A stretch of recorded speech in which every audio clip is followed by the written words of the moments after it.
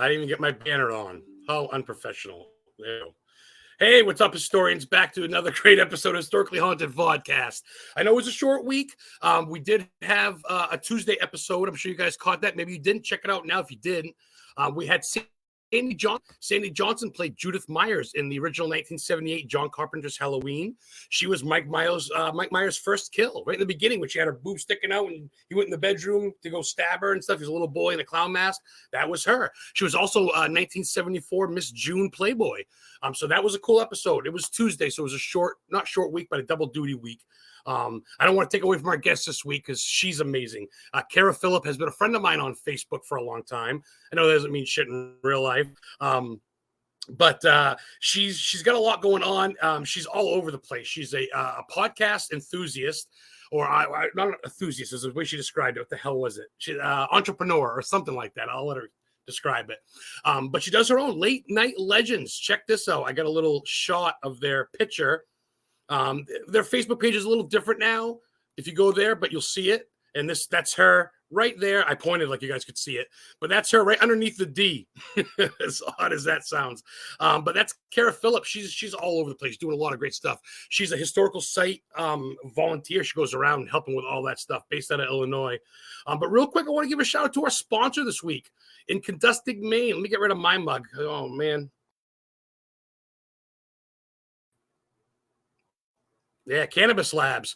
Cannabis Labs, medical marijuana right in Kendustig, Maine. Kendustig is where the Losers Club hang out in Stephen King. The Barrens, that river, Kendustig Stream River, flows right through Bangor, through that town.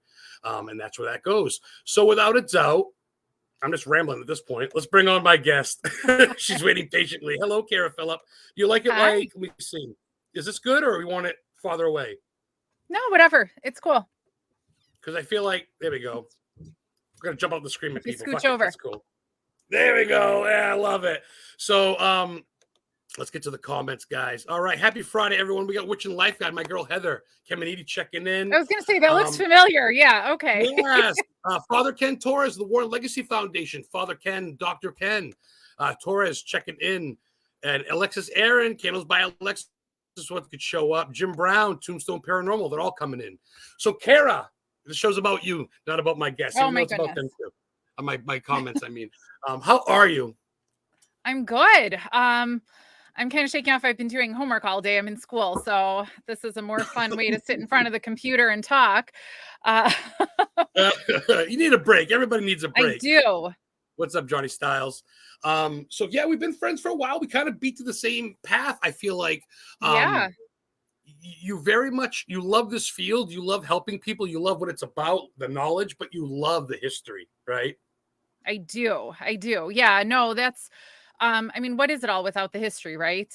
It's, just going, I mean, that's what makes it interesting. We don't, when we go to some big sites or really old places, we don't always know who we're getting to meet. We don't always know the story. Sometimes in some, house situations, we can probably narrow it down, but we don't always know, but at least we can kind of get an idea. And, and really when you think of it, somebody's reaching out to touch your leg. What does it matter if you don't know what's behind it, and the significance of it and why it's interesting. And that's where you come in, because you're like a researcher, historian. Obviously psychics and mediums don't want to know, and I get it, but people like you and me, that's where we come in to verify. When Michael touched them, we can go, oh, Michael from 1853 that passed away from you know what I mean? Yeah, no. And I love so much, like, when mediums when I do get to cross paths and they point out an experience that I've had or I am having, when, one of my favorites, there was a medium doing a Facebook Live or whatever, in something live. And she was walking through and somebody that I could see and somebody I've seen before, like a shadow, and somebody that I had impressions of, she goes, yeah, they're walking up there watching. And I'm like, yes, thank you. And verification. And able to corroborate, because I don't like, if I don't have somebody else verify it somehow, I like to not believe it. I like to say, I didn't actually, that didn't really happen.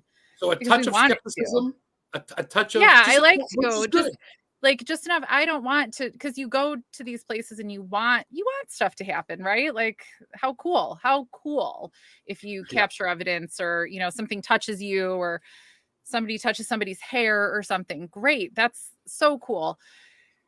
And sometimes you wanting it to happen might be how you think it happens, right? If you want to see something, you might see something if you keep telling yourself. So I kind of do need somebody else to go, you see them, right? I do. Shit, I love that. I And love that's that. my Speaking of favorite, truth. when it's somebody that's maybe never even been there before, or when you get to be with your friends who maybe, they can see this stuff too, or feel it in a different way when they can verify it too. You're like, all right. Because it's so easy to Yeah, want it, but, yeah, and I think yeah, honestly, without that verification, I denied a lot of things for a long time. And, so yeah, but I love the history, so yeah. you can verify why it's happening, and kind of why this makes sense. Yeah, I agree, and I love that too, because I love like newbies or non-believers or just the weekend warriors or the fresh ones that go, "Oh my god, did you see that? Yeah, that's a full body apparition. A what? What? What? Well, what? Oh, you'll get to know that. Oh yeah, yeah. Because I think that makes the non-believers and the newbies go, "Holy shit, this is more than Zach Bagans and all these fucking Uh-huh. TV dudes." It's like, because I think a lot of people get lost in that, and I understand. I'm not going to bring up them guys with all the bullshit they're going through. I could Well, give a that shit is about literally all that's so dumb. happening lately. Oh my god, dude! I'm like, I go look at the fucking, I go looking for mermaids on the coast of Maine now. That's what I did all day because I don't want to go on Facebook. It's depressing and stupid. Even And you got even the mermaids were talking about it, though. Even that's they're saying, "Hey, did you see that on Twitter? Did you see that? no, What do you think?" No, no. no, that's what Whoa, the really? mermaids are saying. Yeah, the mermaids are talking about it. No, I no, I You got me for a um second. I'm like, no shit. no, they are. They are. No, my favorite is just watching people. I do enjoy people like arguing about it and in comments and all saying their stuff. And I'm thinking, you've never even met these people. You don't even know. Like, are No. you just hoping they see it? Know? I know. Kara's sitting there with her popcorn going, oh I shit, this is am. getting good. I tell you, it's people are so focused on other people's lives. Even with me, I get people that talk about me. I hear stuff, and I'm thinking to myself, what do people care about me? Like I'm over here in Maine doing my own thing. Just shut the fuck up. But that's why I chase the dead, because the living is fucking boring. I watch the living from afar. I'll go to Walmart for dinner and a movie, order pizza, and sit in the Walmart parking lot and watch these freaks come out. But when it comes to like the real shit, like you and me, we go to historical sites. We try to preserve things. You're based out of Illinois. We're not going to give away schematics because people are crazy, might try to find you. It's true. But you're based out of and you're right around. We're talking. I mean, Illinois is the center of America. Everything from H.H. Holmes' Murder Castle to the old Wrigley Field to, I mean, everybody went through. Everybody, Gangsters, Mafia, Valentine's Day Massacre. I'm gonna start. Actually, okay. How rude of me. I'm gonna start from the beginning. What got you into all this, Kara? What got you into all this? Did you grow up liking Scooby Doo and said, "Let's fucking go after the real thing"? So yeah, no, I mean, I grew up right in a spooky area. I think you grow up spooky around here. And you don't even realize it. I didn't realize it until I moved to West Michigan for a while, like for college, and lived there Oh, for a little while. West Michigan is not a spooky area. And it's definitely not, that's not how the kids grow up. I was shook when I learned they didn't grow up like playing, light as a feather, stiff as a board at sleepovers or Bloody Mary or anything like that. It was not a normal occurrence. But later I found out somebody I knew from New Orleans that was totally normal growing up, and I'm like, oh, huh. Like we grew up spooky maybe, and other places don't, right? yeah, yeah. It And, makes sense. and there was one time, in another podcast, I heard somebody talked about, and of course it's totally an anecdotal observation. Nobody, I don't think anybody's counted, but it seems like a lot of people in this field maybe come from, the Northern Illinois, kind of area. And somebody was saying, well, why is that? Did we all choose to kind of show up, in this area where there is a lot of stuff going on? But again, I mean, totally anecdotal observation, I mean, there's a lot of people here anyway. But so I tell the story, and my mom, of course, when she heard the story one time, she goes, well, that's not exactly what happened. But Yeah. so, because of course that's what moms do. We moved into a house. So my first ghost story, I didn't remember it. She kind of told me about it, but we moved into a house that I'm an only child, and the people moving out, she had one girl, and the mother had died, the wife woman, she had passed away. I don't know if it was in the house or not. I have no idea. But we found out when we moved in that I took, the daughter's bedroom. And so here I was now, they lived in this house her whole life until now they were moving out. And she was probably not far off of how old I am now. Her and her father moved out. And my mom would hear me kind of talking, like I was probably like 2.5 when we moved in. I would kind of be talking and she would hear somebody talk back. And so I, she, now the way she kind of corrected the story, it's not that she was, afraid to do something about it. She kind of just didn't think that much of it. Like I get, because she kind of maybe grew up that way too, right? Whoa. So it didn't seem that wild. And I think, just it's late at night, you're just not really processing this. And she even, and my dad is definitely not a believer. So, it just seemed like a ludicrous thing to even go and be like, so I'm hearing voices in there, like, not that she was Maybe like, she changed her voice. Maybe she's altering her voice. Yeah. And not that she's like scared to tell him or anything, but just not, he would be like, oh, come on, and roll his eyes. Right. Cause he's totally not a believer. So, and she even told me later, there used to be an empty lot that they built a house on because that's what happens. But next door, she would actually hear, like when they would open the windows in the summer, she would hear voices coming from that empty lot. And look, nobody's there. So, so she was, I think, hearing more and aware of more than I ever was. So I never really like thought about, any of this. And I always just knew as I got older, I think I was able to tell her like, yeah, there's this woman, like it was never a question. She just was there. When I was about 12, I'm going to assume her husband died, so 10-ish years later, I was sitting at my computer and of course it was huge, because this was many years ago. So this massive computer at this massive desk. She walks out of, kind of the wall and comes and stood I could like see her and she stood behind me. I could feel her. And it felt like she was saying goodbye. Like, I'm leaving now. You're okay. Whatever. I knew it. And didn't feel bad. It wasn't anything. And she walked out of the room. How old were you again? I'm sorry. This time? I was like 12, like 12-ish. Okay. So is it because I was 12-ish and getting older? Or is it because, her husband died? I honestly have no idea. But like she said bye and she was not there anymore. Wow. So whether she felt like she could leave me or it was time to go join her family again, I have no idea. And I guess I probably could try to like look up obituaries, but that feels intense. This many years later. It's a long time later, so I probably won't do that. But so that's, the ghost I knew, right? So that's, but ever since then, I don't know if I've ever really known him. So growing up spooky, you learn about Resurrection Mary at an early age. And, and that's even where a lot of my family's buried. So you're going to Resurrection Cemetery all the time. Normal things, to be hearing about all of these, big stories. Bachelor's Grove really close. So of course, when you're a teenager, you go at night and run from the police. You did a Bachelor's Grove. Oh, that's on my bucket list. Yes, and that was pretty normal. Yeah, like and to go at nights, and I mean, it's even I think harder now. I haven't been at night since I was a teenager because I'm fully unwilling to run from the police at this point. And I haven't gone during the day in a long time because it's not that far. Let's be honest, it's not that far, but. You really got to like stop your life and drive out there. So one of these days I'll make it out during the day again, but, maybe now that it's warming up, I'm like re-inspired again. Re-inspired. Like now, I mean, I drive past and I'll be like, my kids will be in the car who are old, and I'll be like, you want to stop? And they're like, no, they're not interested in any of this. So no shit. My older son is a haunt actor. So he's into like the haunt stuff. But cool. So like that side of it. So we're kind of like, both camps in our family, and my younger ones just like, whatever, they just take it so for granted. They're just like, you never know. Whatever. Like they don't think it's cool because it's what their mom does. Right. So of course, but the fake shit's so much cooler. The fake Goobaloo at the Halloween show. Well, cause that's acting. That's like a whole, it is cool. That is cool. I like horror movies. So that's a whole, like, that's that. But the younger one doesn't like any of it. So They'll get there. I don't think he will. No So, shit.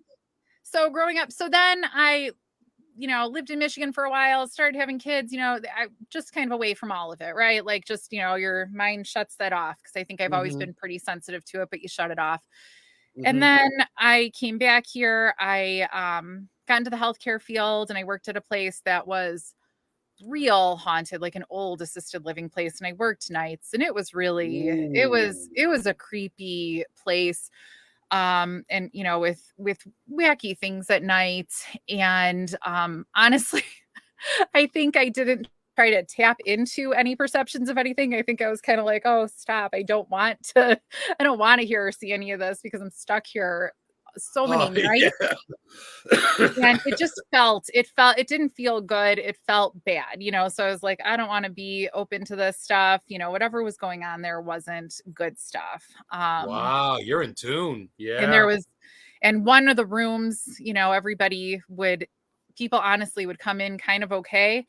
And then they would kind of have the same rapid decline, and a lot of people, it's assisted living, we're having declines, right? But it was like same rapid decline, same behaviors. They would describe seeing the same things and then would die, like not, like within a month or two.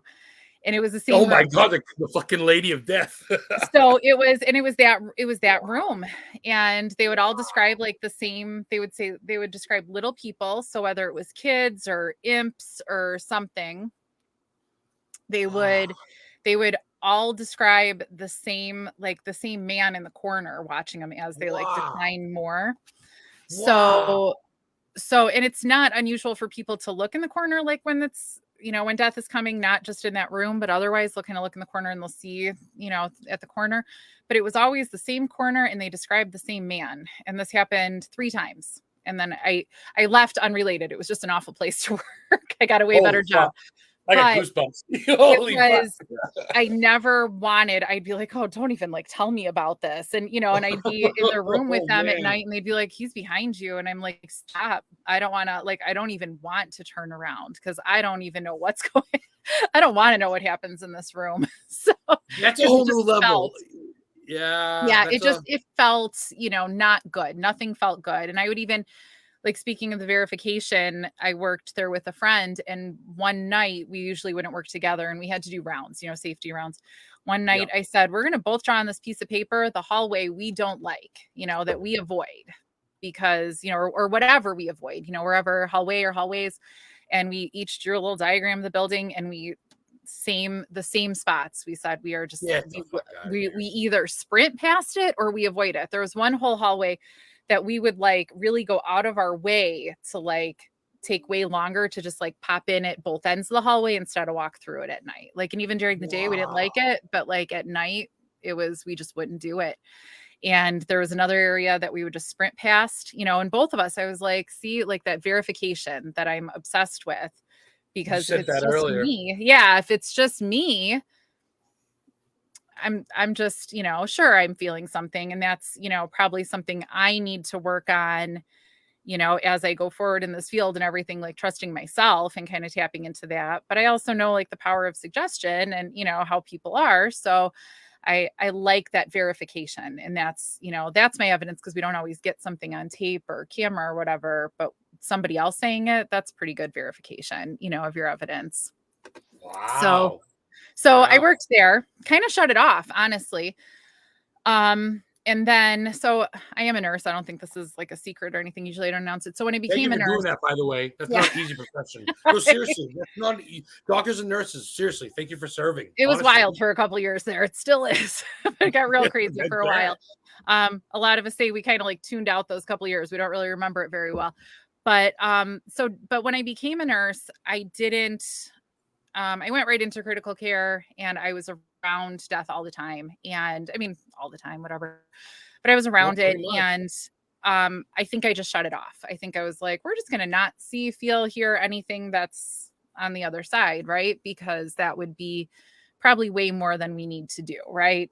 A friend of mine once said, imagine you've probably been there when people have died, and I go, probably this is, this is pretty, normal, So I think I It was like kind a of hospice in a way at that point. like critical Some of care those, could be pretty people are sick, right? So where else they gotta um go? yeah, no, I mean, so there's, either they leave us one way or the other, hopefully home, but They don't take sometimes reservations at the funeral home. home. You gotta literally be dead to go there. So they're at a hospice. What you do, a nursing facility, which is the last line. You make them comfortable. But I'm sorry, I didn't mean to cut you off, but Yeah. I know I saw my grandfather die in one. Literally saw the flatline, head went back, drooled. The whole. I saw someone die when I was 14.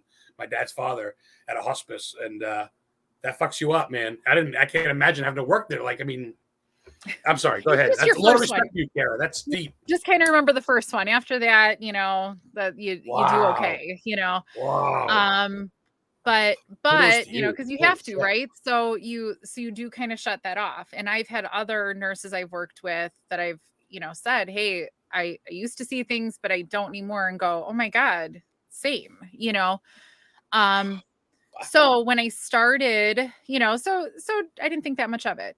I'm not seeing or feeling ghosts. Okay, normal.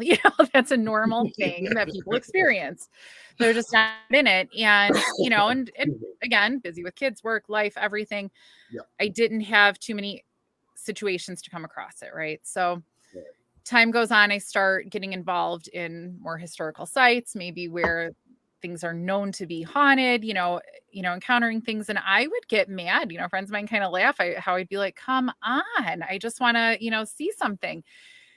But in hindsight, I will admit there's just things I wouldn't admit to, like I definitely, there was a few times I kind of where a known path. So speaking of knowing the history, a known path for people to really walk, I would kind of see I would see something moving along that path or hear, Oh. kind of chattering. I'd be like, oh, did you hear that? But then I go, oh, that didn't happen. I didn't actually. So I think for a long Under the time rug. I was, but I didn't want to, admit it. Right. So, Ah. but I kept saying, come on, I want to see something. Ugh. So, then, and this went on for a couple years, really. I would help with, tours and investigations and stuff, so not just during the Yeah. day, but at night. And, I'm doing all this stuff. And I would be like, come on, I want to see something. So I would even happily be at the back of, at the back here, of the sections back to the darkness, just, not Wow. thinking anything of it. Cause I'd be like, nothing's Yeah. doing anything. This is fine. I would always say my fear was real people, right? Not, just alive. It's Amen. alive people that are going to do something, not anybody else. So, and I did have like one story that really, to this day, I'm convinced it was a live person trying to chase us away. And I was terrified for my life. Other people are convinced it was a ghost, but I'm like, I'm going with live person, like with healthy skepticism, right? Smart. Smart. So so one night though, I was on a tour and some guests said, do you hear that? And we heard something. It was like keys, sounded like keys. And I was like, nobody's down there, whatever. And then I kind of keep standing there though, and I go, oh shit, I do hear that. Oh no. Oh. Wow. Nobody Yeah. was there, nobody alive, and they're like, is somebody down there? I'm like, well, nobody alive. That's usually my response. Ha ha ha. Nobody alive. They're like, And so, because you just have your responses, right? And so then you could see like a point of light, like a flashlight walking. It wasn't bright like a flashlight, but it was like a little point, like a flashlight is trying to shine through, through a veil or something, right? Yeah. So you could hear some keys, like somebody's walking holding keys, and you could see like a flashlight point. And I was like, oh shit, like oh no, and so they wanted to walk down there, and I had to be nice and brave, and I was like, okay, let's walk down there. And that was cool. Like we didn't, we kind of heard the keys by us, but didn't, whatever. I forgot to say earlier that day in the morning when I was there, I also felt like somebody was watching me too, like kind of leering, watching. And again, it wasn't a live person. I was like, and that probably honestly, like that feeling like being watched is probably like the first real concrete experience I'll admit to, that I just was like ready to crawl out of my skin, didn't want to be there. But I was like, this is illogical. I will keep doing what I'm doing. Nobody's standing there. It's fine. And this is during the day. We go back then right. at night, and kind of from the same area now we're hearing these sounds, right? And I kind of had the same feeling, a little like somebody's watching me. And I was like, well, whatever, right? So then we go back to, away from that area, get back to kind of to the group, to the big, main tour investigation, whatever. And another group of guests goes, is there something down there? They thought they heard something. They go, I want to walk down there. I said, sure, let's walk down there. I wasn't seeing or hearing anything, but as we're walking, all of a sudden, a huge, like, it was, just a big, dark, like, shadow. Like, it was, I'm not even going to say like a shadow person. I think it was just whatever we were seeing, hearing, just like appeared right in front of me. I have never, I've seen things, right? I've seen things, I've heard things, even when I was younger. This is not a really foreign concept. I just felt like I was going to throw up. I knew it was the same feeling as what was watching me that I didn't feel good about earlier. I was just nauseous. And then, like a giant nerd, I just ran. I left the guests there because, like, it just felt so horrible, and I heard the keys, like, heard it, saw it, it just felt so horrible, and it just felt like not okay. And I just was so shocked because, right, like, I never until that moment really admitted to hearing or seeing anything, right? So, I was like definitely in denial, but at that moment I was like, there is no denial here. Like, I am seeing and hearing and feeling, things here. So, ran, the one of the directors there at the time was there, and she just laughed, knowing what my job is and everything. She goes, good to see how you handle emergencies. And I was like, shut up. I do run, when there's an emergency, usually to it though. But I had to laugh because I was like, yeah, no. And another friend of mine is like, what are they going to do? Why do you run from them? I'm like, I don't know. Yeah. I mean, for all you know, it's a homeless guy with a gun or a shank or something too. So there's just like something about it. Yeah. Like in that moment, I'm like, it is better to be over here. And I guess I understand that if it's a ghost, they're right there with me, but also then they're not going to do anything. Right. So, and, and we're in a place that has, harbors some not necessarily great, ghosts, and it's, a place of infamy. So maybe they're not wanting great things for you. Right. So, yeah. I do call this guy now.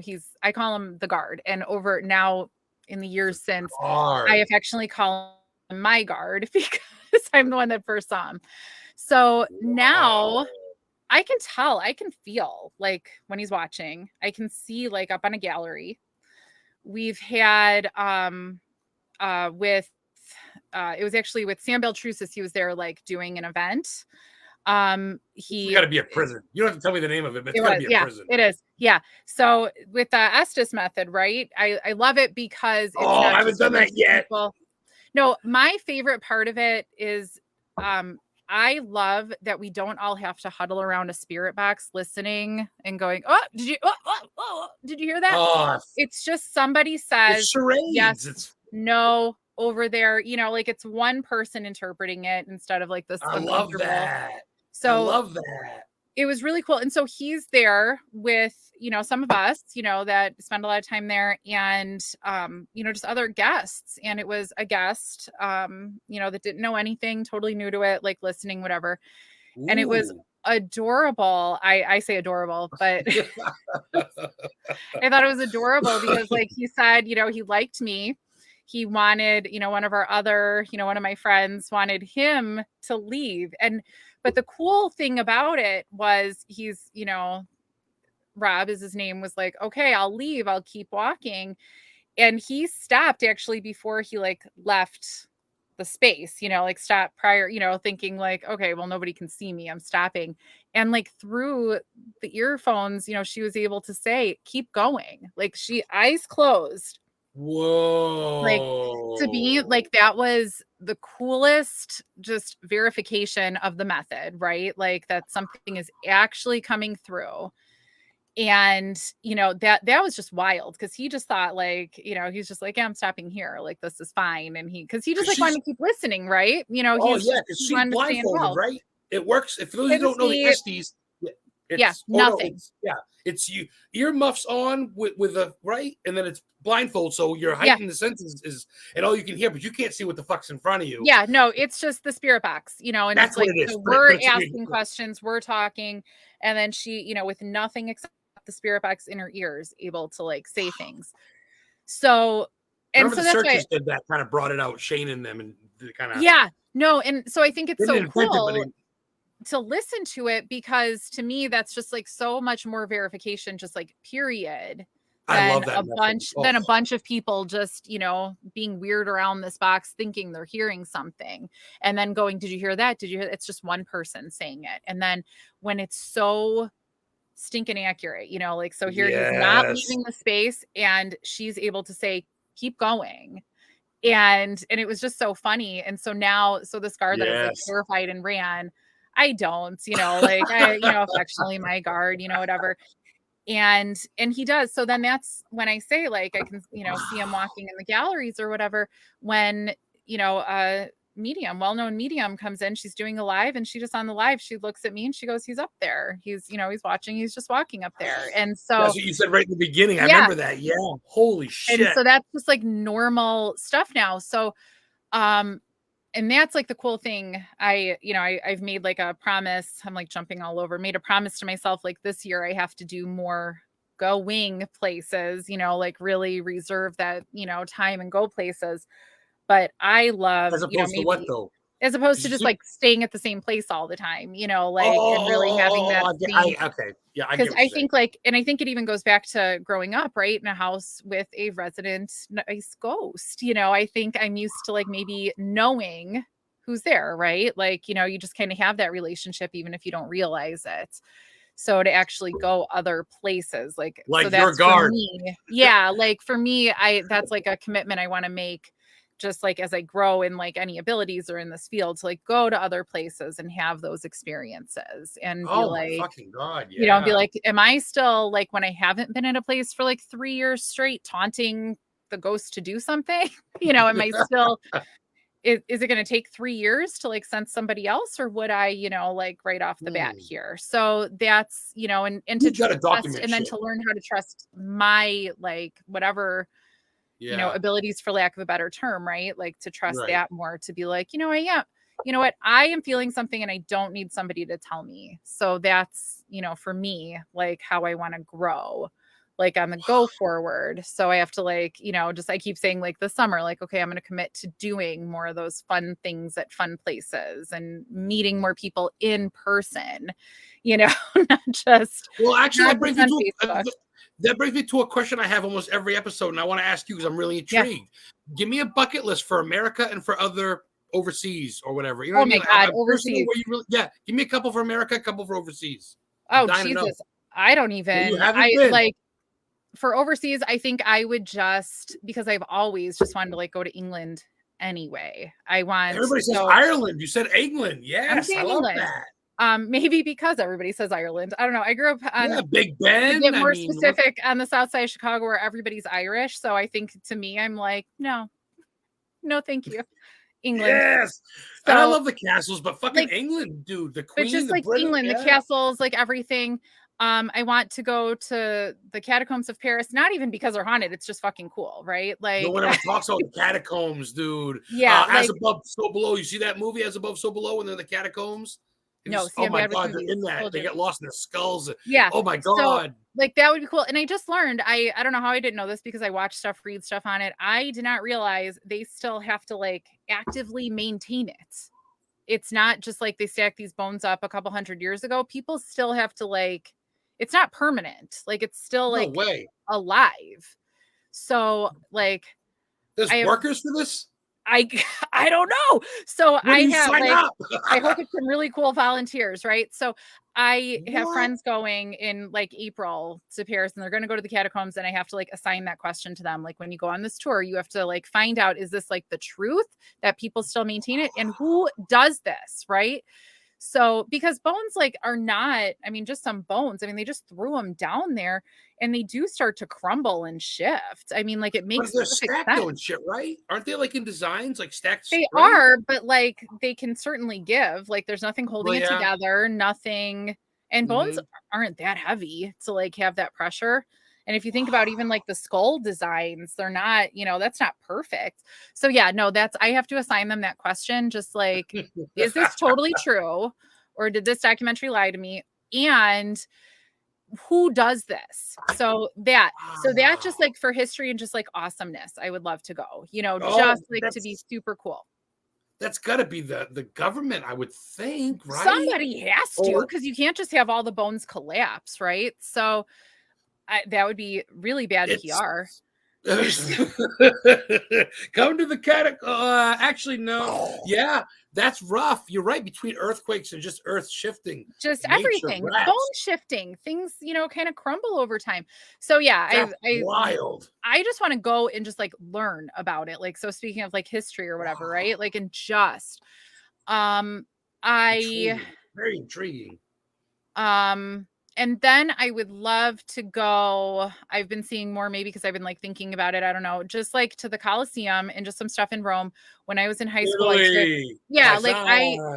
I took Latin. So we spent a lot of time talking about the Colosseum and Rome, and It's a good everything. language. And Wow. so there's been more stuff like and it might just be because I'm thinking about it. So, how Facebook and everything reads your mind. Dude, you are a fucking geek. You're name dropping all the historical shit. Yeah. Like, So started in Rome, dude. So to like see the people say like it is. So is it, or if not, it's just super duper cool. And then of course, I can't think of the name right now, but I'll never go there, so it doesn't matter. The island off of Venice, like the Plague Island. I can't think of the name. Where the vampires went and all the people that died from the plagues, and you can't go there now, right? So you can't go there. Like, even to like get your like boat driver to drive you close-ish is a big deal. You can't even like get thousands that. of people died. I know you're talking about. It's right off the boot of Italy. Not Calabria, but shit. I think it's with a P maybe, but yeah. So those would be. I know what you're talking about. It's a dead island. Definitely like history, and definitely, like okay. So then within the country, she's not a Bahama girls, fellas. She ain't gonna want to go to Jamaica. Maybe later, but for now, bring it to the places where they're blown up and dead. Maybe Chernobyl. Maybe Chernobyl. Chernobyl, yes. I have one of my friends, one of her cousins is a researcher there. So I have a t-shirt. It glows in the dark. It's really funny because the Chernobyl t-shirt glows in the dark. Oh, of course it does. You will too. But then Chernobyl would be awesome because it's Chernobyl, but then that's also like that urban exploring aspect, because I love like the urban exploring aspect. I love Josh the Explorer. He was cool. I used to watch him back in the day. I got a lot of my digs from him. Wow, you got a lot of fucking killer places that no one really mentions. Everybody says England and Scotland because of the castles. Oh, yeah. Or they'll say Dracula's Castle, Romania, which is great. But for overseas, man, no one really says. And they always say the Japanese suicide forest too, or Doll Island. I don't know. Like, what? You're gonna maybe just like find a dead body or something? I don't know. Like, you could do that just here. Yeah, right? I want to find some dude hanging for fucking 3 weeks. Fucking like that doesn't. And don't they go in and clean them up anyway? Like, don't people go in and like pick people up? So that's if you're there, what, you murdered them? Fuck. No. Talk about like a weird job. So that one doesn't do it. Stick to the catacombs. I will rearrange bones in the catacombs. That'll be my job, not like the fresh bodies in Japan. So that's what I'll do. But no. So then, if we're going to talk in the country, America. So definitely, I love so again, like tying in the urban exploring too, and not just haunted, right? So, I love the old prisons. So like OSR, I'm hoping like in May we make it there. Pittsburgh, right? Ohio. Oh, Ohio, fucking yes. Yeah. By Ray Gooseby and them. So so that's a big one. Hopefully in May I get there. Not even a difficult one, as I say, like this is a bucket list. I just like mean to go, and hopefully I make it this summer because it's not that far to go to the Bell Mansion in Fort Wayne. Ooh, Indiana. Yeah. Like that's not that far, but like it's just far. You're snuggled right between the corn central of fucking. I want to do it. I went to Maine, Iowa with Chris Sanders. It took us 22 hours nonstop to get to Des Moines, and we went through fucking Ohio, Illinois, Indiana with just very corn. boring. Our children are the fucking corn. Wow, but very boring. So it is. that's why, like, when even for us, like, if you go south, like if you're going to drive to Florida or whatever, don't drive through Illinois. It's very long and boring. At least like you go over and then through Well, Indiana, we it's went a through little less horrendous, but going across, terrible. So that's the funny thing. Like when it comes to like my bucket list stuff, literally it's like nothing westward because the drive is just so awful. I don't want to do it. So like in my but brain, you would at heart. I mean, you like the shootout shit probably, but you just don't want to, yeah, Queen like Mary it and might all that be shit. cool, like it might be fun, but like in my brain, I'm like, don't drive that way. It's lame. Uh, So, Hey, so Colleen Watts says hi. You know her? name Is she a familiar. friend of yours? I don't. Okay, I just want to say real quick. I forgot we had people in chat. I'm sorry, guys. I'm not Yeah. ignoring you. We're having a great Larry Eisler, the third. He's great. Before he sees John Wick, I was just saying yesterday we got to go see John Wick. So speaking of Larry, so some stuff in Wisconsin, like there's Broadhead Manor, I have to make it to. I have to. Yes. I've been like so tied up, just like in the stuff right around my house, that I have to like go even just that little bit further. I have friends that do the tours at Conover Square in like close to Rockford in Oregon, Illinois. So I have to make it to their place. There's so many places that just like aren't even that far that I just honestly go, it's a little far. Like, cause I'm so spoiled that stuff is so close to home. Right. Well, check it out. I'm going to spoil you even more since you love jails and since you haven't name dropped Maine, because you haven't been to Maine. I have. Okay. I've been to Maine, but when I was little for a very short time. But we made it to that. We definitely did. I have family in Maine. So my mom had to go to New Hampshire for work. And so we went, and then we took a day to drive up to Maine to visit them. And we definitely, New Hampshire. The family's in Maine. So then, but then so this is why I say grew up spooky, right? My mom made sure, even when I was little, we went to one of the very old cemeteries, so Maine's got 1600, 1700. Yeah, no kidding. Like that just is, because here we have we have some cemeteries we call 17, old. 18, maybe like at least 18. It's only a few people that are very old in these still active cemeteries, but like out east, like, so that's, and then I say, look at you all bougie. I want the fucking old. Talk to me when you're 1700s. Yeah, the very old, and just so cool, like just aesthetically pleasing, that whole vibe, like just to walk I like around the skull and crossbones on the just tombstone. Like absorb it, and those skinny little headstones that are so perfect. So Tim Burton shit. So in general, I just want to someplace in New England, that's real quick. That's what I'm telling you. I'm sorry. Quick. You said you love jails, and you know me, right? I'm the fucking historian ghost hunter. You are. The oldest jail in American soil.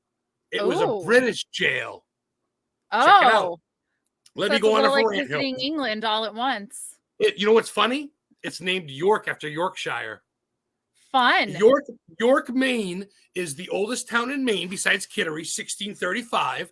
Wow. York Prison, it's called the York Jail, Gaol, the Gaol they called it. Oh, it's like, but you go in, Scoot Care, I had a fucking tour of it.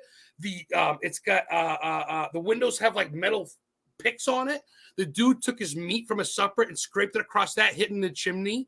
They thought he went through the windows. They went outside to look for him. He came down from the chimney and escaped. The one escape ever. It's made out of fucking clay and wood. It's been there since 1710. Oh, that would be so cool. And there's a witch, Mary Nason, that she's got a 3-inch concrete slab above her. Mary Nason in York, Maine. Shh. I want to do a documentary about her. She was buried there. Come to Maine. I'll hook you up. That would be awesome. So like New England, just to everything is just so old and historical. You've been to Salem? No. So there was a couple years ago, I was going to go with a friend, and we very naively, we were like, oh, we'll go this Halloween. And then I started, no, you don't do that. There's like 300,000 fucking human breathing souls there. You can't. But also how expensive it is. It's not cheap. So then it just didn't happen, because I was like, wow, that's very expensive. And it just kind of evaporated. Yeah, well, not January. That would suck. I don't like. Well, not January, but if we go in April around spring. I Yeah. could bring you to where the memorials are. And if we go one town over Danvers, which was Salem Village, that's where Rebecca Nurse's house is, 1685. She's buried out back. That's the See, only. like, that would be awesome. So that's, Salem. I forgot all about that. And then always, because not that I have not been, multiple times, always New Orleans is always. I was just going to say, what about the vampires? New Orleans voodoo. It's just my literal favorite place. Like, speaking of like intuition or whatever, I spent a past life there or something. I knew from when I was little, I was like, I need to go there. I had no idea. Like, I knew nothing about it. I didn't know why, but I was like, I got to go there. And when I first got there and set foot, on. Oh, you've been? I've been, a bunch of times, and I love it that's my so number much. one bucket list. And it's like, I just feel like I'm home. Like, if I ever won the lottery, no question, like real lottery, not just a couple bucks, like no question, I would just move there and that would be it. And I would just you would fucking move there. You would uproot Illinois and go to, you would go to, you like it that much? In a heartbeat. It wouldn't even be like a thought. Like, I mean, it would have to be like the Quarter or the Garden District. Don't get me wrong. That's why it needs to be the lottery. But the St. Louis Cemetery where Madame Leroux or Leroux is buried. I love it. And like, you just walk in there and it just like feels like you're supposed to, like, I feel like I'm supposed to be there. So anytime I go, I just am like, wow. Like, so that's how Heather feels about Salem. People feel about Salem, Gettysburg, and New Orleans. I think in America, those are the three biggies. And New Orleans. Do you like the food, Kara, down there? I do, not necessarily all of it. Like, there's a lot of food I'm not necessarily eating. I don't love seafood, so that's like a big strike against me for loving the food there. But the general style of the food I love, but I just have never been like a big seafood person. So that I would either have to.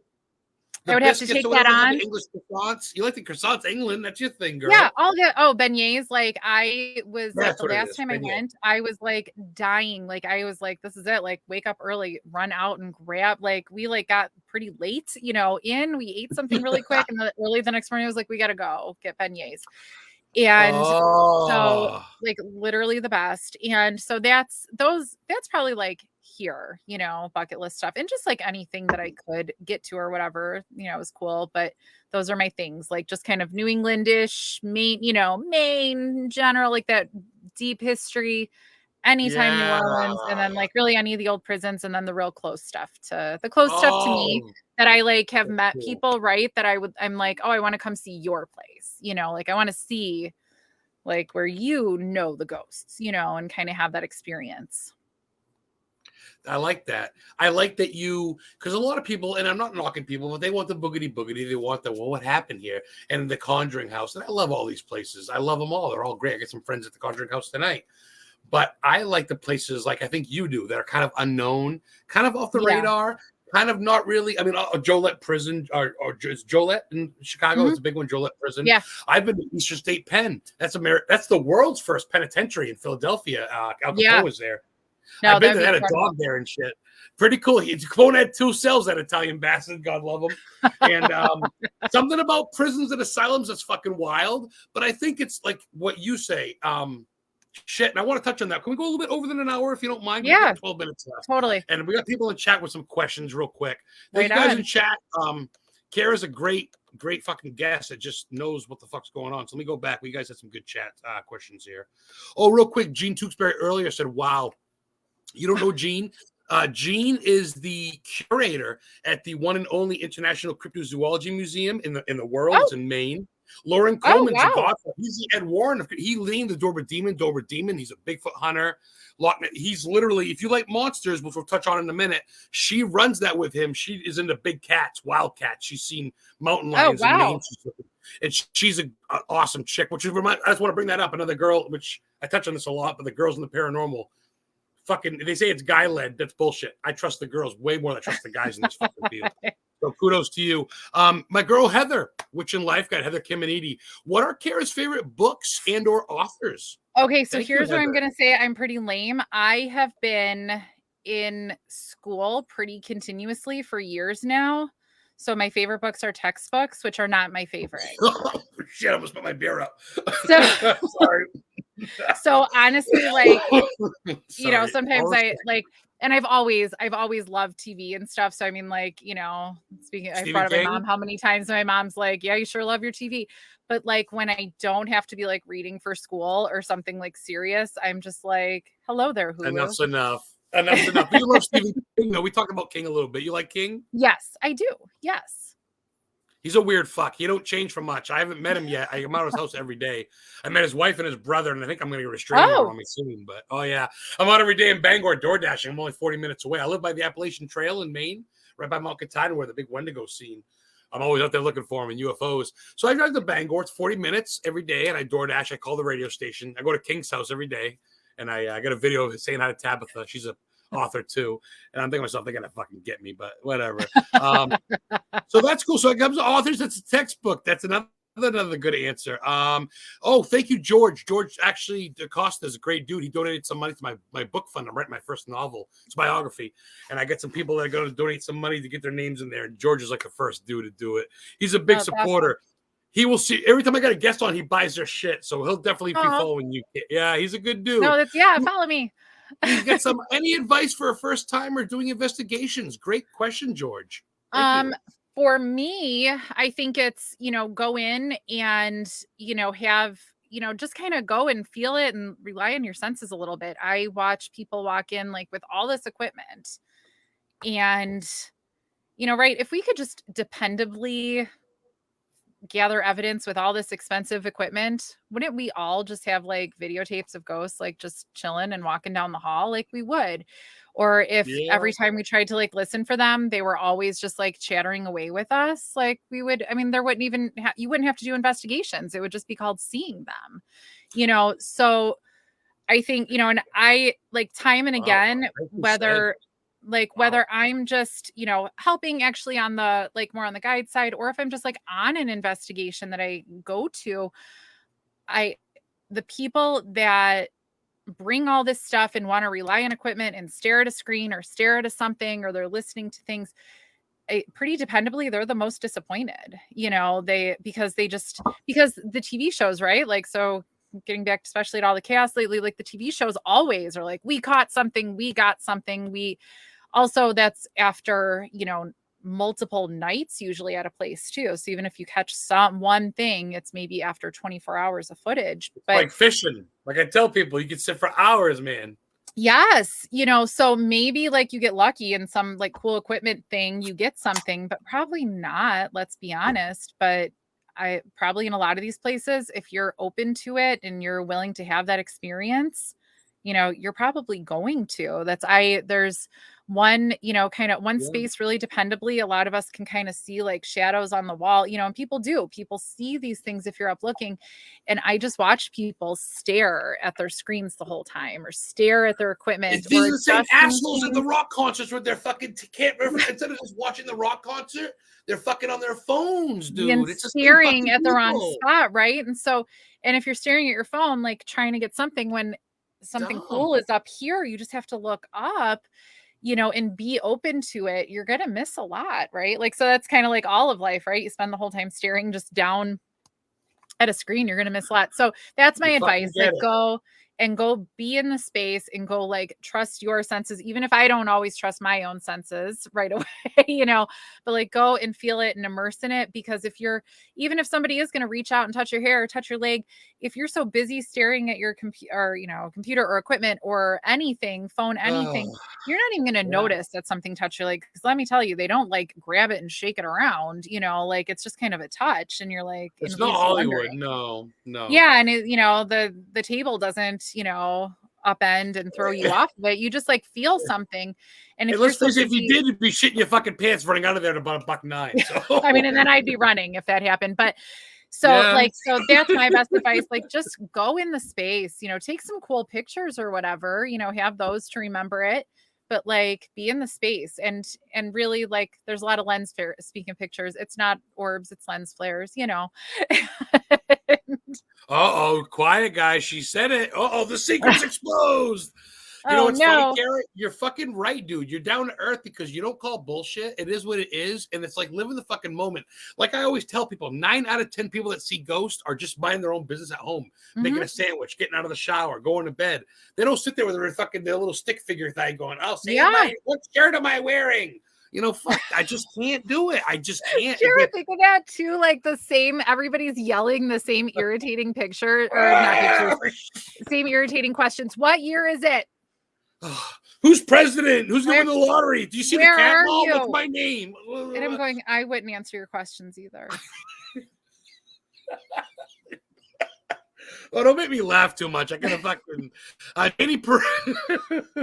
Oh man, Cara Phillip is the shit. Danny Perez from the Radicals. He was just on Resurrected. Him and his wife Laura, and they drive around in a black hearse collecting shit. They make That's Ouija awesome. boards out of coffin wood. Oh, how cool!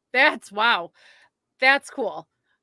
They gotta they'll personalize it. They'll make one that says whatever you want. I want to make a historically haunted one for me. It's in the works, so that's super cool. Yeah, they're cool. All right, we're almost at 8. We're gonna go a little bit over. Cara Phillip, before we go, actually, we're gonna plug some shit, but I usually make a tradition now. I want you to ask me a question. I want you to be the host. Get a question for me? I was actually like thinking of questions because normally I'm used to being the host. I know. I want to be on your show, by the way. I don't know what I gotta do. I gotta cut my pinky off or what? But... Yeah, no. How about we're booking July. We could do July. You guys, this is recorded and it's going on YouTube. Yeah. So she said July, everyone. We'll do July. Right. And I'll message you. We'll figure out the exact date. Real quick, pull up your arm because my girl's a tattoo. She got tattoos. What do you get for a tattoo there? A whole half sleeve, huh? So my girl Heather's got a whole. It's a plague doctor. Okay, so it's a plague nurse. She's a nurse with a nurse hat. Okay. That's what I was. So it started just as her. You know, I was like, I'm just gonna get this. Oh, her daughter was there for Halloween. Oh my god. And then I was like, that just doesn't seem like enough, right? Because that's what happens with tattoos, doesn't it? And I had established like this would be like my spooky arm. This one has some fish. This one's eventually going to be like a naturey arm. You know, this will be my nice arm. This is my spooky arm. Right. So I thought for sure the nice like animal arm was going to be what happened first. But when you picture a tattoo, you get it. So then I had her. It was just her. She was fantastic on her own. But then I added, we can't totally see, but I added, it's a skeleton hand holding a heart because like, I just am always like, I'm right on the edge, right? All the time. Like whether it's my hobbies, you know, my fun stuff, I'm like at the Veil, or if it's like work, it's, you know, I'm at the Veil. Right. And you're the same artist, the same tattooist that do all that in Chicago? She did all of this. Yeah. Wow. A female, see that? Yeah. So she owns my arms basically. So she owns the copyright to Kara's right. Rachel says hi. Candle Witch checking in. Hi, Candle Witch in South Carolina, doing your thing. From Connecticut. She sells candles. That's killer that you're doing that. That's awesome. So yeah. So then this was kind of I saw this in some art. So and I grew up like, you know, with all this stuff. So it kind of makes it like that iconographic, you know, vibe, like the stained glass around. It reminds me of the church stained glass window on back. Is that what it's supposed to be? And so it just like frames it all out because like we did this bottom part and I was like, well, that's not complete. Now it looks weird. So I had to come up with something. And then I was like, this is what it'll be. And then, so we just finished like making everything like symmetrical and flowing. And you're not done yet, are you? Well, your brain's still going. This is done for now. So, that's cool. That's cool. So now I think we're going to move like to the other side, you know, I got to start like filling that in. So, but yeah, I love, like, I'm obsessed with it. So, and especially now that it's like all done. Oh, that's killer. All right. So quit dancing around it. Question for me. Okay, question for you, but I'm gonna have to come up with more questions once it is your turn to be on my show. How did the Stephen King start? Like how did it get to the point that you're visiting his house every day? It's pretty weird, isn't it? Even my girlfriend's cool with it. It's not a man crush. Well, it is. Well, like I said, look at the dude's track record. He's been with his wife since the 70s. He's got 3 kids with her, takes care of his kids. He doesn't gamble. He lives in the home state. He's probably the best role model you could have.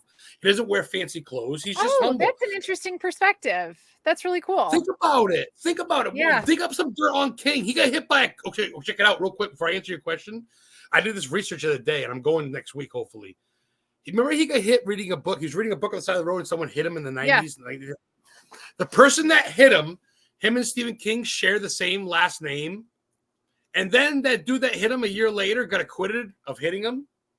He died on Stephen King's birthday. Whoa! Of unnatural causes, and he's buried in the town Stephen lives in Lovell, Maine. He's got a gravesite. My friend told me. I'm going to it next week to go see the dude. Yeah, you should. That was going to be my second question then. Well, I excuse me. Long story short, I went to the school as him. I went to Lisbon High School. I went to Lisbon, Maine, grown after Lisbon, Portugal.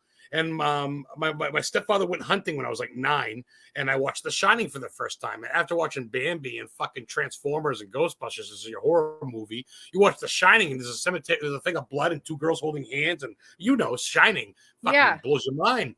Mom goes, you go to the same high school as him in a couple of years. He grew up in Durham. He went to Lisbon. I looked it up. There's no shit.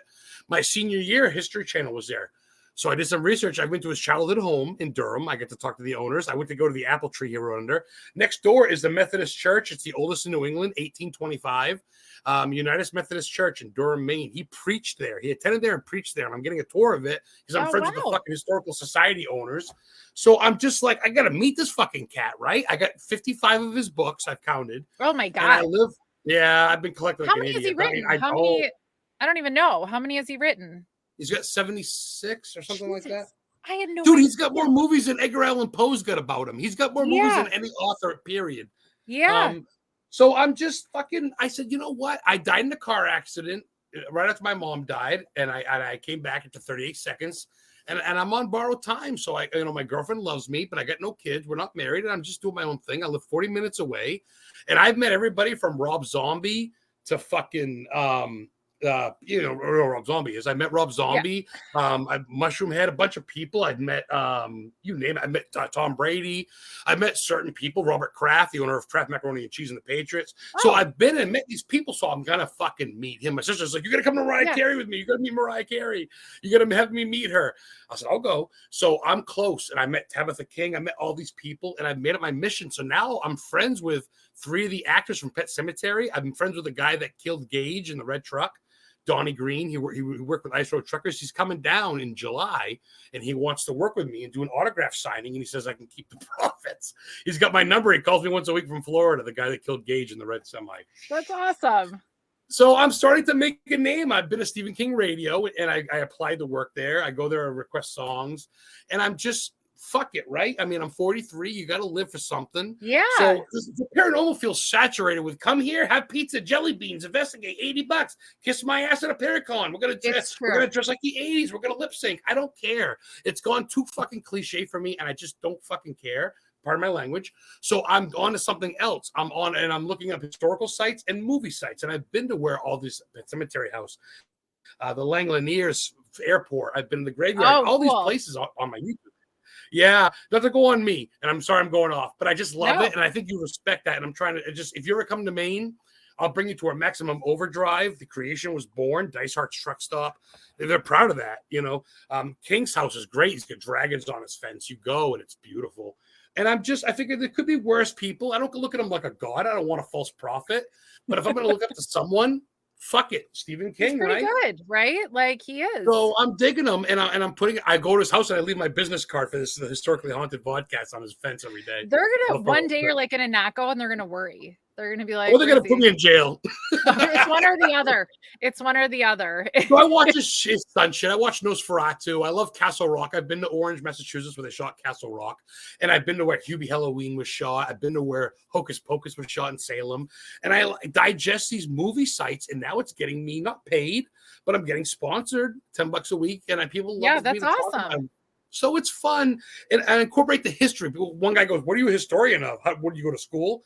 And I'm like, "Where do you live?" He goes, "Martha's Vineyard." I go, "Oh, where Jaws was filmed, where Jim Belushi's buried, where the Pilgrims in 1625 founded 5 years after the limit on Plymouth Rock." He goes, "Oh, shook my hand. Have a good day." And I don't know, man. I just hold the knowledge because it could be worse shit. I don't care about Honey Boo Boo and the Kardashians. I'm like you, dude. I'm worried about what's up. I want to save people. I want a nice woman. All right, you're going to get blocked. Yeah, that's a first. Okay. With a name like Vishinga V, no offense, dude, but if I can block you right now, I can. Yeah, I can. I know it's a nice compliment, but yeah, you're definitely first. That's a first. Sorry about that. But anyway, I hope I answered your question. Yeah. Yeah, I just love that shit. I'm listening to you talking, and you're an inspiration because I dig how you got your family. God bless you. You got your family, you got your children, but you're still making time for Kara, right? You're still Yeah. doing what you want to do, right? You still got your bucket list, and you're gonna make this a good year for you, right? Yeah, I no, mean, it'll that's be good. super fun. I have to I have to smush it in between everything else. But yeah, I'll get to places and we'll have a good time. I think that keeps you motivated. All right, so we're at 8:03. We'll go a little bit over. I just want you to plug some stuff. Do you have a YouTube, a TikTok, Instagram? Go ahead. And I do not have a YouTube. I have I always say oh, it's too many things. So yeah, I have a TikTok, Kara Phillip. I have Facebook.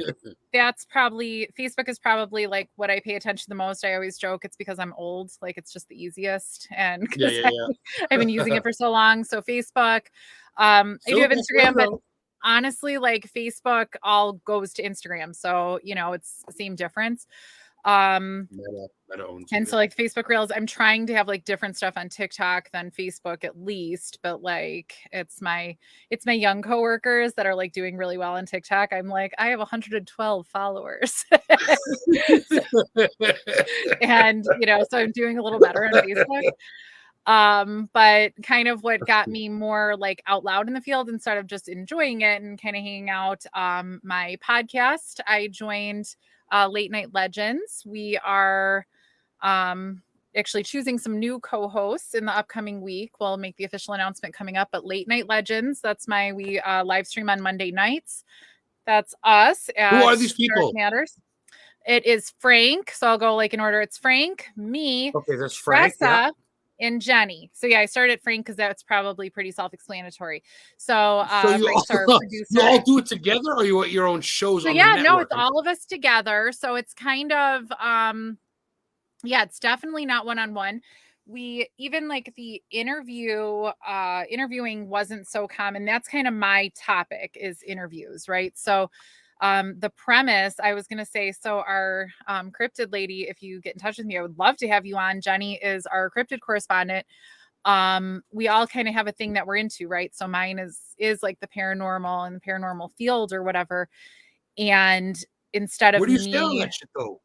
I'm gonna cut you off. I wanted to ask you where you stand on Bigfoots and aliens and shit. Finish what you're saying first. So we kind of talk about that in all of our episodes, right? Mothman is a huge topic. Is Mothman, because there's the O'Hare Mothman, is that an alien coming to visit us and check up on us? Because it's kind of at the airport. So I think kind of, but there's been a recent sighting.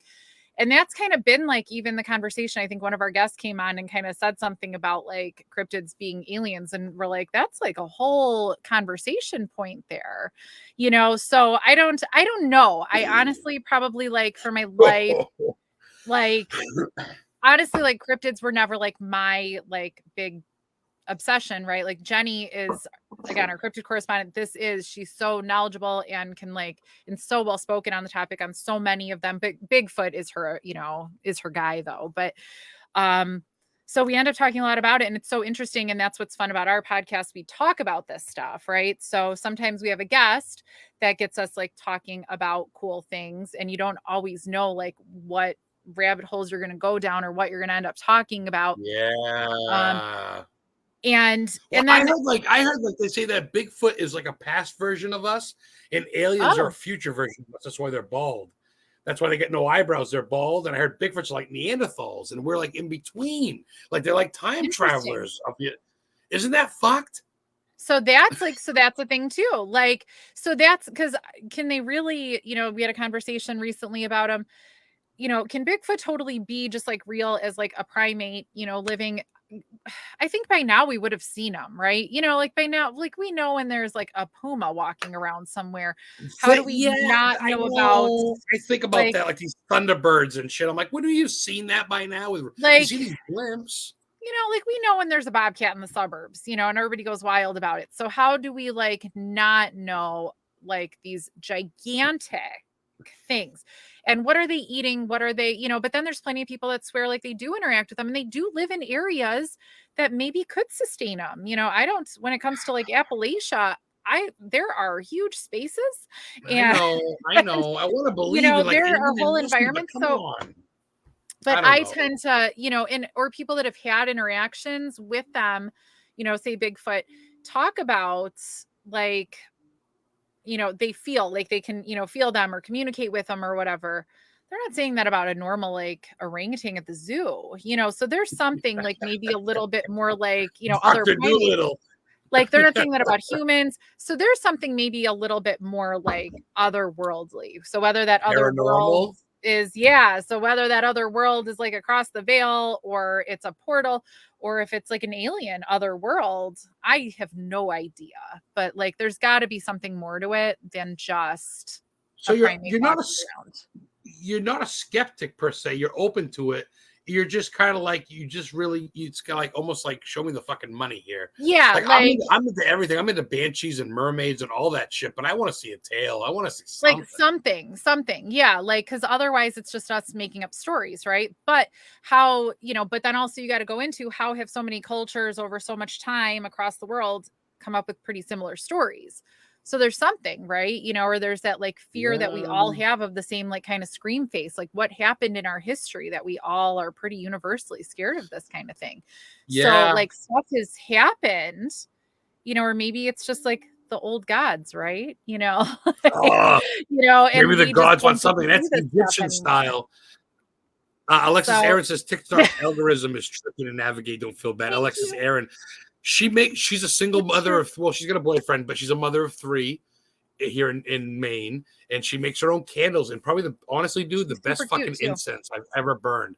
The best incense. They smell like mimosa and different Oh, drinks, and they smell like apples and sangria and they're really thick incense. Alexis Aaron, candles by Alexis. She'll ship them to you. I get care packages. It's really cheap. Like I said, single mom making an extra buck here. She dips her own incense and candles right here in Maine. good for her. That's Um, awesome. She's been on my show, and she's check her out if you order that shit. Well, I got to ask you real quick before we go, if you don't mind, we're Yeah, going over. Should I feel bad? Is that cool if we go over? it's All cool. right, just another 5 more minutes. I want to ask you, where do you stand on all that stuff?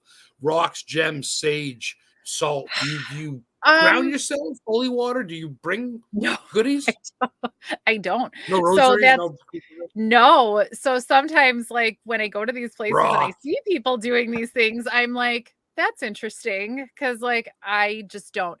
I think Well, I I think it's up here. I think it's a mentality. yeah, It's like it makes you feel good. I think, just like even in my life, I think there's a little bit of like, we're not going to do this, we're not playing this game. You're not going to mess with me, like just with the living. That's kind of how I carry myself generally, not always. I can't say it's always. That I think there's just something about, I'm like, they're not following me. This is not what we're doing today. and, I think they're and it's putting the gone all wall up. right so far, knock on wood, you know? Yeah. And Yeah. and sometimes when I see somebody, like out in the parking lot, like smudging, I go, oh, maybe I should do stuff like that. And then I go, so it might be super stupid. I'm sure there's plenty of people that are like, oh my God, But you she don't know doesn't have people that much could hook you longer up. with us. You know people that could hook you up. You know people Yeah. that could fucking help. You mean I like it because no, the smell. I'm a pothead anyway. I like it because I love incense and I love smudging. I'll go down the road with a sage bundle. People look around and go, "It's fucking safe." We drive around no cop car. Real quick, tattoos. Grindhouse Gallery Tattoos sponsors the show too from Connecticut. nice. They gave me a shirt for free. We're talking about That's tattoos. awesome. But that's cool. I mean, like I said, you can go with it or go without it. You're not against it, but it's not like you have it in your back pocket. Some people don't leave the house without their Palo Santo, which teach their own. But I think it comes up here. You're strong-willed. That's a difference. So anyway, but I will say, not gonna lie, when you walk out of like when you go on like say a cemetery tour in New Orleans, they tell you to walk out backwards because no way. So I do walk out backwards. I do follow that I've instruction. never heard of that. So Really? the premise behind it. So cemeteries are like wrought iron gates and fences, right? At least like old ones back in the day. A lot of them don't even have any now, but there's, that's the gates. That's at wrought iron because they can't cross the iron. The spirits, they can't leave. So if you know that walk out facing forward, somebody could be like holding on to you and latch on and walk with you is as the story goes, right? But if you walk out backwards, they can't do it, is what they say. So, as I even tell the story saying like, as they say, I don't know, but I'm like, I'll walk out backwards. Really? It seems like the right thing to do. But if you're driving, you're not backing out. So like whatever. But like if you're walking and you can do it, just take a spin and walk out. I've heard the old adage: if you go buy one in the car, hold your breath. There's certain little cliche. I spent my whole youth doing that. Like I was so serious. I would, do the sign of the cross. I would hold my breath. I don't even know why I was holding my breath. I just did. And one day I was like, what if I don't? It was fine. So dumb. it was all right. And we have a lot of cemeteries around here. So like, it was rough. Yeah. Look at good rule to follow. Just let you know, Linda Bernier, her and her husband John, who John says hocus pocus earlier. John's going through some cancer right now up in Washington State. He's a big follower of the fan. He's another one. If he likes you, him and his wife will support you. We got some good followers here on the Certainly Haunted Podcast, and I look forward to having you on. I've had you booked, I think, for 3 months ago, and I'm like, it's been a while. So I see your shit. I see your great posts. You're very it's spiritual, but it's very informative, but it's very grounding. Your posts are very good. It reminds me of my girl Heather. It's not witchcraft, but it kind of is, but it's very much just believing yourself, right? Yeah. You're posting, you do these little memes and stuff. I think it's probably like a good way to like, it is like what's wrong with that? Yeah, like believe in yourself. It comes from you, kind of a concept. Yeah. Aaron Weber, what's up for checking in? Hello, Aaron. Sweet. I hate to keep you. I know it's a Friday night, but I could talk to you for another hour and a half. So I'd love to come on your show. Give me some dates. I'm fucking pretty much open. Figure out. It'll be a Monday night. It'll be really late for you, though. We start at like 9:30 Central. So it'll be late for you. Cool. All right. That'll be fine. Like I said, I just DoorDash. I just applied for a cemetery worker to cut the grass. That sounds like fun. Yeah, I was like, I went to the hall. I'm like, I'm a big fan of cemeteries. The guy's like, okay. I was like, okay, tone it down, Adam. Tone it down. Don't be weird. I'm not gonna dig up graves or nothing. I'm like, I said, I said, I love the work. I said, I would definitely take good care, and I would never like, you know what I mean? He's like, I just wanted to meet that. He's like, well, we're not gonna hire till April. Right now, in Bangor, there's still 2 feet of fucking snow. But he's like, I'll let you know, and you'll be cutting the lawn, weed whacking, sweeping, bullshit. And it'll be till like November. And I'm like, holy fuck. That sounds like such a great thing. Yeah, that really does. Look at that. What a twisted mind, Kara, but an awesome mind. Let me think. What did I not touch on? I want to touch on some shit real quick. Can I keep you for 5 more minutes? Sure. All right. Give me some movies. I know you don't get time for books. You don't get time for movies or shows. But what's something you can tie into, like old school? So, okay. So I will say I am, when it comes to like, media, I'm probably not good at like the paranormal stuff or whatever, because I love just like mindless, just like comedies or just like weird crime show things, because I need stuff that's relatively mindless and doesn't like have any obligation or anything. That's fucking what Heather said. She's something mindless on like Dumb and Dumber or something. I fucking don't care. Yeah, no, like so, and I'm like a binge consumer of TV shows. Like it's TV shows that I like. My poor husband, like once I decide to watch a show, hopefully he's okay with it, because like it will be nonstop until we get to the end. And God forbid there's like 5+ seasons, because like that is. So you must watch Stranger Things. I haven't watched it yet. Of course, yeah. Well, I mean, yeah, of course, Stranger Things. Like, of course, really awesome? Wednesday. I love it. Yeah, Wednesday's great. Wednesday's great. Chucky's good. I consumed Wednesday. Like that was fast when they dance. Everybody, it was so funny, like, because I watched it really fast, and it took a couple days for the rest of the world to watch it, and then all of a sudden the dance got big, and I was like, oh, I thought it was cute, but like, oh my goodness. So yeah, like Wednesday, so all of like the spooky Netflix stuff, right? Like I always do, but there's not enough of it, to consume all the time. So now I'm like all the Hulu comedies and everything, just all the documentaries. No, you don't do docs. Documentaries tend to be more like in the evening, probably like prior to falling asleep. Okay. Oh, Obsessed with Mayfair Witches. I just finished the season, and then the new Anne Rice stuff. Oh, I loved it. There are people like complaining that like it's not as good as the book or whatever, but like, sure, I'm sure it's not. Nothing's ever as good as the book, but like people bitch. I liked it better because there's, now like they're creating like, what is it, AMC Plus or whatever. They're creating the Anne Rice universe is what they're calling it. So you know how there's like a Marvel universe, they're creating the Anne Anne Rice Rice, universe. Lestat Is interview, yeah. so first they had Interview with Vampire, then they have Mayfair Witches, and it sounds like maybe they're hinting at more stuff because they're talking about it being the universe and kind of how they're tying stuff in. So I enjoyed Mayfair Witches more than the Interview with the Vampire season, just because, I don't know, there's something about just a bunch of witches, but a bunch of women being witches in New Orleans, you know, who doesn't love that, right? Instead of like Interview with the Vampire, like that's just like right up, you know, like who didn't love like the Coven season of American Horror Story? Like who doesn't just love a bunch of witches? That was, yeah. Have you seen The Witch yet? VVITCH with a Black Phillip, the goat. Black Phillip, I be the Witch of the Wood. Oh my God. The guy that No, made it the sounds lighthouse. familiar, but if I did, I don't remember it.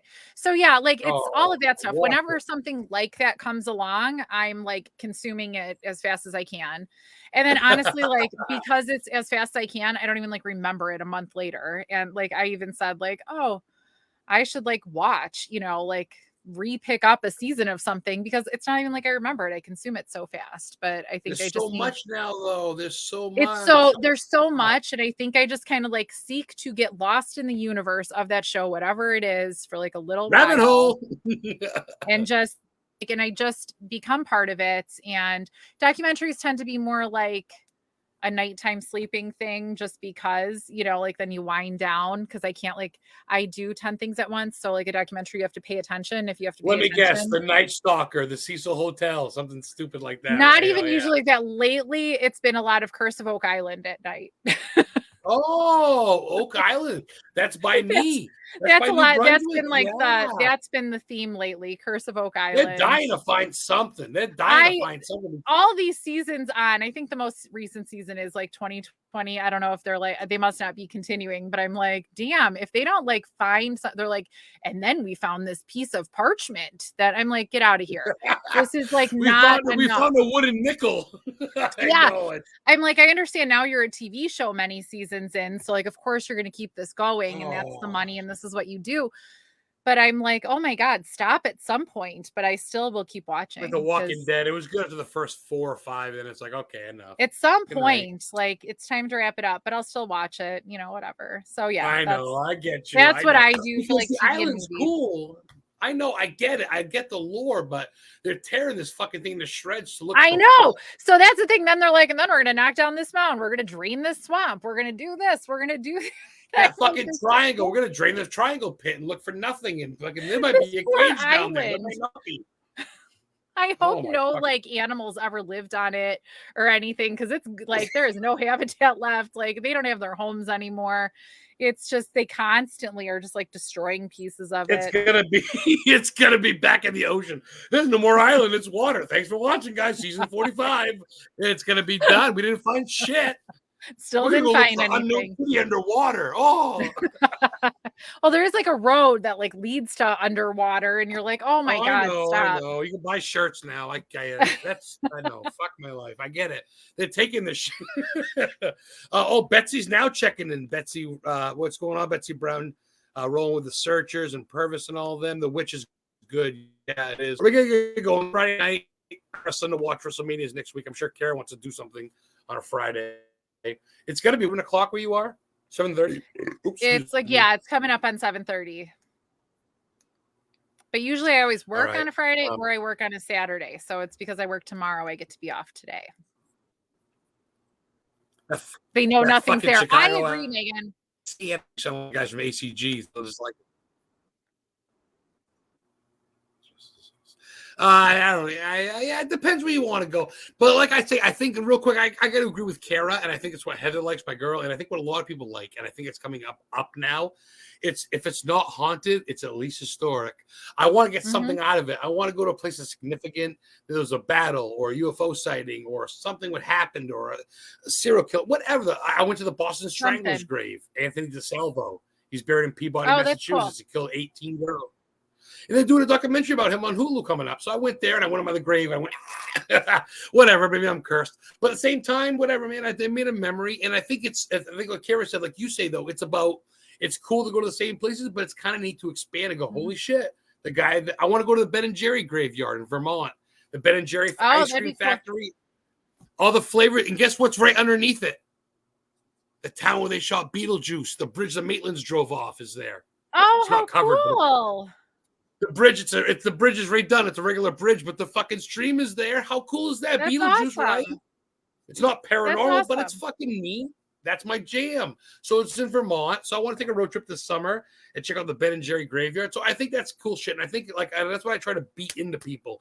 If you go to the historical society, if you go to your town, your city, your government, your not government, but your county, you know what I mean? Your state, your town, there's so much shit, right? How much is in your town, your city, right? No, and it's awesome actually. Like my the historical society for my county is actually like a few blocks away from me, and they rent out to do ghost investigations now. And it's really such a cool thing because it is, I mean, it's one of the oldest buildings around. It was Abraham Lincoln, alive and dead, passed by. Land of Lincoln. So Illinois. it's like, so it's a cool, well, it's the I&M Canal. That was a big deal when they built it, but it really didn't stay around that long. So talk about history. So I'm so like glad that you could do investigations there. Like, and I, you know, and you can kind of feel some stuff that I didn't get any evidence or whatever, but it was again like a new place. And honestly, I'm probably just like more busy like looking at everything and being like, this is really cool to even like absorb that anything else could be going on. Cause, you know, and then I feel like a jerk. I'm like, oh my God, I haven't been into this like museum since like, you know, for like 10 years because it's so close, right? Like things that are right here and easy, you don't do because it's right here and easy. So I was like, I really just should go during the day to go enjoy it rather than just at night because there's so many cool things. But like, and all the stuff they have and all the history because it is an old town, you know, in a not that old city. Everybody looks for the big, the flashy, and while they are, that's fine. Because I'm going to places. Dude, you don't be surprised by the places I roll up on. The Parsonsfield Seminary in Parsonsfield, Maine was the first Maine boy and girl co-ed school. 2 black children and a guy child. Sorry, 2 black children and a white child died because it was a Underground Railroad, and they burned it. And it was rebuilt, and it's a schoolhouse, and all this shit. And people don't go because they don't know about it. And I go to Parsonsfield, Maine. And I go out there. The guy's putting up the flag. He goes, "You want a tour?" I go, "For free, fucking." So I got a tour. And I got on my YouTube channel. I mean, why not? So I got it because everybody's infatuated with Lizzie Borden and all this shit, and that's all great. I've been there. All of it's killer. Salem's killer. But like you said, and Jim Brown said earlier, the places that I think they're unknown, it's kind of neat because you kind of get the whole place to yourself. It is, yeah. No, and I think when you go to like the places, don't care about Hollywood. So like we're chasing like Lizzie Borden or whatever. There's so many, you know, things now. I mean, just it's part of just like the lore. We all know about Lizzie Borden or whatever, but also TV shows go there and stuff. And it is admittedly cool when you go someplace that has been on TV, like movies, because then you're like, oh, cool, I saw this. Somebody I know sat here, all this stuff. But when it comes to TikTok selfie or Facebook selfie, I like selfies. Yeah, it is. It is like, cool. Great. Look, I took this picture. Look where I am. But as far as like experiences, you're probably all smushed in with other people on a tour. You're probably, you know, having a totally different experience than those lesser known places. And if you want to talk about like behind whatever they opened up and they were on a botch discovery or a botch investigation, you know. And then when, you know, and if we are looking for like contact with the paranormal, I feel like the places that everybody isn't just yelling at them all the time, you know, and these big busy tours and everything, you're probably more likely to have an experience. So, hi, I'm here. No one ever talks to me. Hi. Yeah, no one ever talks to me. And that's I went to America's Stonehenge in Salem, New Hampshire. Oh, wow. Salem, New Hampshire. It aligns with the Stonehenge in fucking your favorite London, right? Oh, hello. Cool. So there's a sacrifice slab there next to an oracle's chamber. They think it's built in the 1200s, and it's called Mystery Hill. I go to this fucking place, and I go to the sacrifice slab, and it's got lines around it where the blood was drained out to the tip, and I laid on it. When the oracle's chamber, it's made out of rock. Dude, Kara, it's like the Flintstones. And I'm thinking to myself, and I shouldn't say this, but why don't people go here? I went in, I had to wait in line, paid $8. I left 10 tip. There's a llama farm at the end. How could you not? So I go through this place, and it's a Flintstone jungle. I'll send you pictures later. And I think it's the places like that it could be funded, I think, a little bit better than just Conjuring House and fucking Borden's and Hawthorne Hotel. And it's great. Like I said, it's good for them. But let's fucking, I don't know, man. Whatever. It's beating a dead Well, and I horse. think even for TV though, like when we talk about it, like those places that have power, that have heat, like heat and power are pretty significant for a TV show wanting to go there, and accommodations. I know. And even for filming, it makes better filming if you're like going room to room, to hallway, to this, to that. We're at the Joliet prison. We're at the Whaley House. We're at the you could. There's Chaley things that Hotel can in move. Colorado. Like if you have doors that can close, that's even like better for TV than like something more outside. And maybe those stones are not moving around. And if they do, it's. But I think if we can think outside the box, I think we can get something, right? I think. Yeah. I mean, what's Moundsville, Pennsylvania, where all the Indians are buried in these mounds outside? I mean, Joliet, like you say, like the Resurrection Mary, a graveyard. Graveyards are the most eerie / beautiful. People just have picnics in them. Most beautiful / eerie places. There's fucking dead bodies there, 6 feet underneath you, thousands of them. I think, speaking of, like the place that I am most not at ease, like the most like uncomfortable, is actually at Resurrection Cemetery. They have a gigantic mausoleum. Bucket list. It's huge. Like it's a huge, creepy mausoleum, and like it just draws you in because you're like, I gotta go in that. Oh my god, it's this it's this huge white building. It really creeps me out. I actually brought one of my friends' kids who's into maybe like spooky things. I'm that person that's like, yes, 10-year-old, let's go do this at the cemetery. And so I brought her, and she's saying, oh, I'm not scared. I'm not scared. Because of course she's got to be tough, right? Like, I'm not scared. And I'm like, I wouldn't spend the night. I don't know how much you'd have to pay me for me to want to spend the night here, but like, it would be a lot. I would not like, there's a lot of places that I would for free, I would ask to, but like, I would be very uncomfortable there. And it was so cute there. It's all active, right? It's an active Catholic cemetery. And so there's employees around, and that's kind of where a lot of their offices are in that mausoleum. And it was so cute. We're walking, and an employee just happens to like close the door and walk out.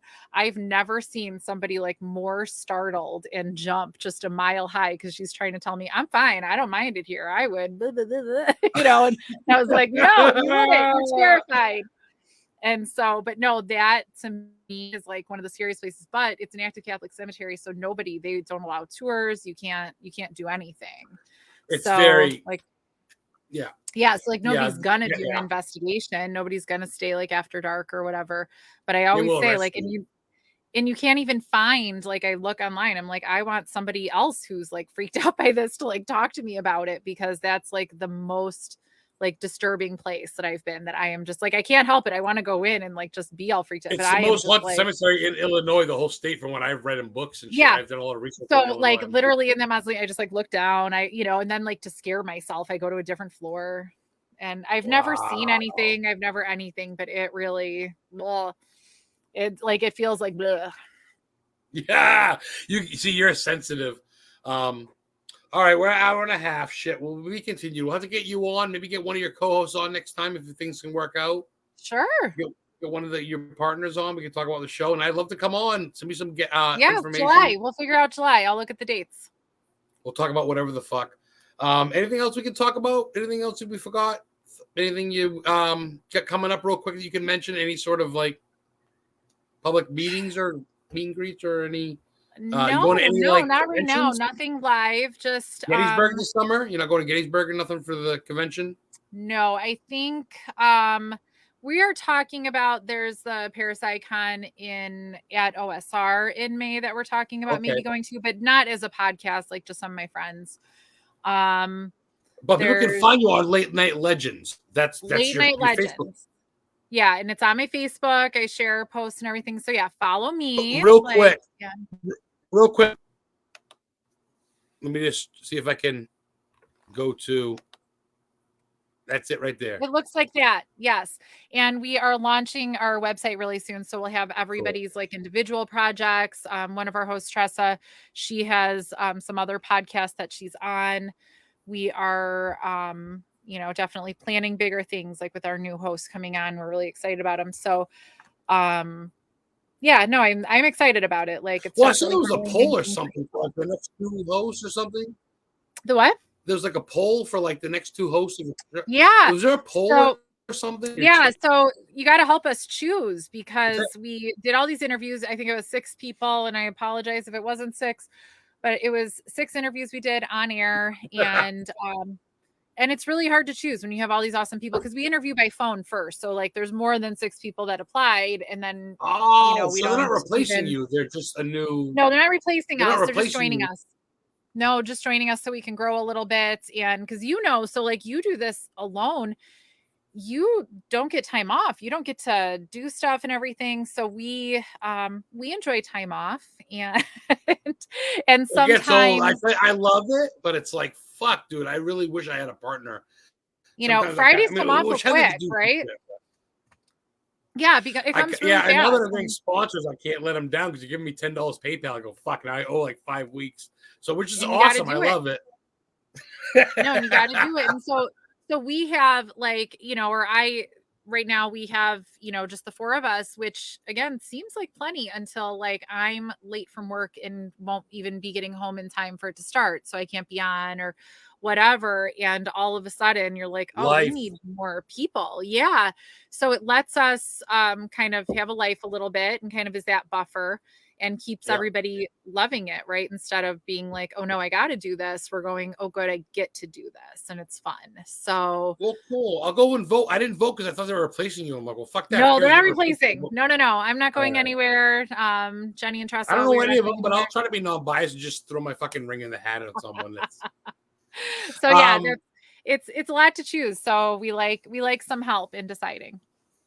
Oh man. Kara Phillip, I don't want to take too much of your time. It's been an hour and a half. I only promised you an hour. You've been a fun guest. You've been very knowledgeable. Thanks. I don't have much for you. I guess maybe one more real quick one. Music. What do you get for music? What's your go-to to calm down or get? Okay, so music. It's actually So the boring answer is it's kind of everything. Like depending on the day, right? Like so my playlists are all over the place. I think Spotify doesn't know who I am, right? Like I can't figure it out. But generally the go-to is more of like a hip hop. So like before we went on air, I was talking about a concert we were at. It was JID and Smino.